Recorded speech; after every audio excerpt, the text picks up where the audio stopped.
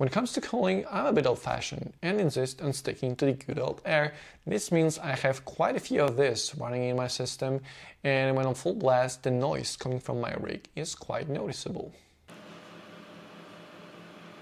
Since there's no point in having the fans pushing that much air while browsing the web or doing some basic word processing, an obvious solution is a fan controller.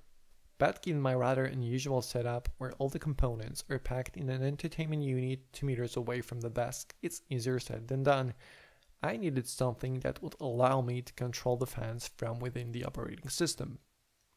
I found 2 products that could do that, only one of which was reasonably priced.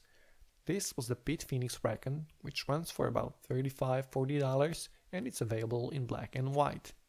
It can control 5 fans and has a thermal probe for each, allowing to automatically adjust the fan speed depending on the temperature registered by the probe.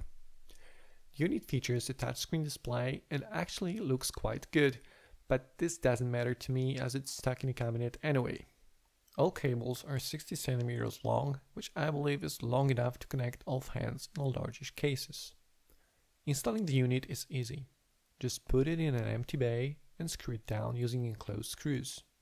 Connect Molex power connector, USB cable if you want to take advantage of software control, and move on to connecting fans and placing the thermal probes. I kinda like the idea of automatic fan speed control, but don't feel like placing anything between the CPU and the heatsink. When you power the system on, the display lights up and it's ready to take orders. Operating modes are in top left corner. When in automatic, you can't really do much except for selecting each fan to see its current RPM speed and temperature from corresponding sensor. Switch it to manual and all the fans shut off, which is seriously uncool. So remember to start from enabling the CPU fan and be quick, so you don't end up with a new keychain. It will make so much more sense if the fans went full blast when switched to manual mode, wouldn't it? To change fan settings, choose your number, tap the spinning fan thingy, use plus and minus to change the RPMs, and tap the spinning thingy again to apply changes, or just wait a few seconds. Controlling the unit from your operating system or your mobile device requires running a background service, which eats up 40 MB of RAM. You may also need to add a firewall rule to allow connections on a given port number. With the service running, you can access Fan Controller's GUI through a web browser. The interface itself isn't the most beautiful thing you've ever seen in your life, but it's get the job done.